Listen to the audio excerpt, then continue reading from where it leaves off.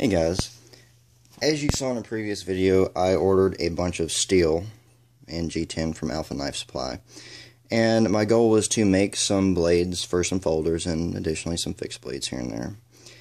And I didn't intend on showing this until it was done and I'd at least put on the pre-heat treat primary grind, but apparently it's like monsoon season where I live right now, and I do all my grinding outside, so I basically have a day inside where I can't really do any work.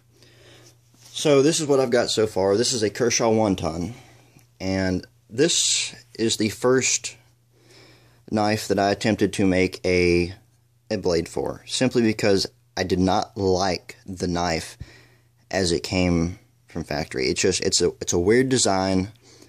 The blade it came with was a pretty stout hollow grind.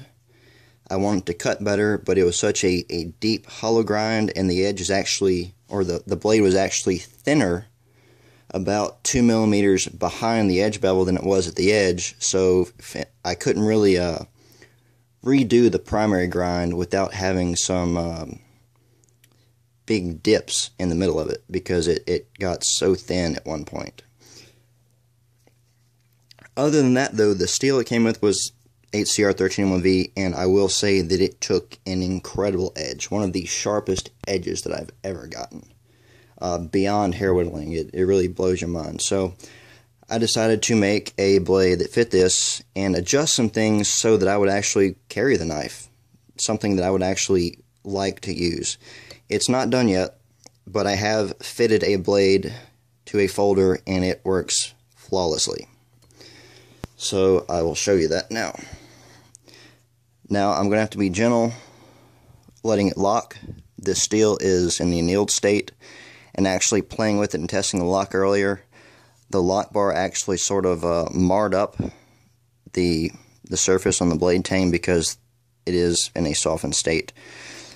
But there is no blade play at all. I machined the blade tang lock face at 8 degrees, and it's locking up pretty good. We're at about 50%. Let's see. Yeah, we're right at 50% lockup, and everything's looking good so far. I also added a sort of a thumb rest here because the original blade design wanted you to put your thumb right there, and it's counterintuitive as to how you would want to use the knife. So no blade play in the open position. Yesterday I finished the detent.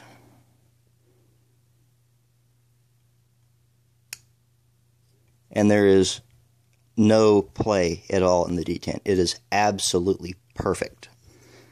Definitely excited about this. One of the reasons I also chose this knife to do is because I didn't care about it. If it got screwed up, so what? It's not like I really carried it anyway because I didn't like it.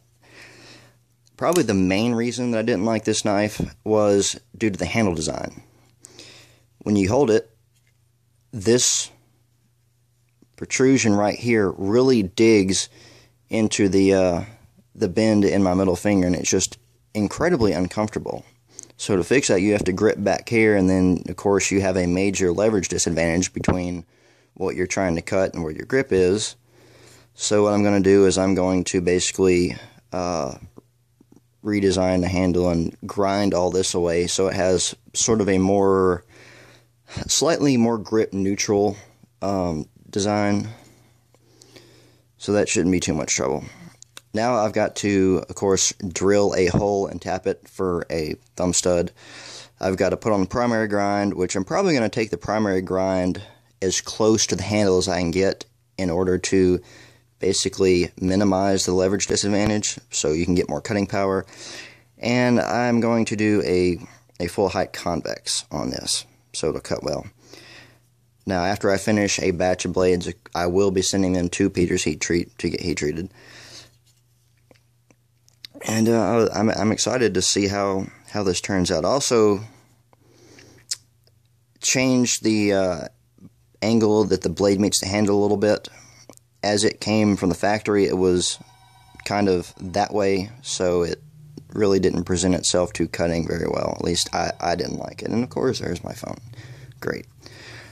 So, this is Bohler K110 tool steel.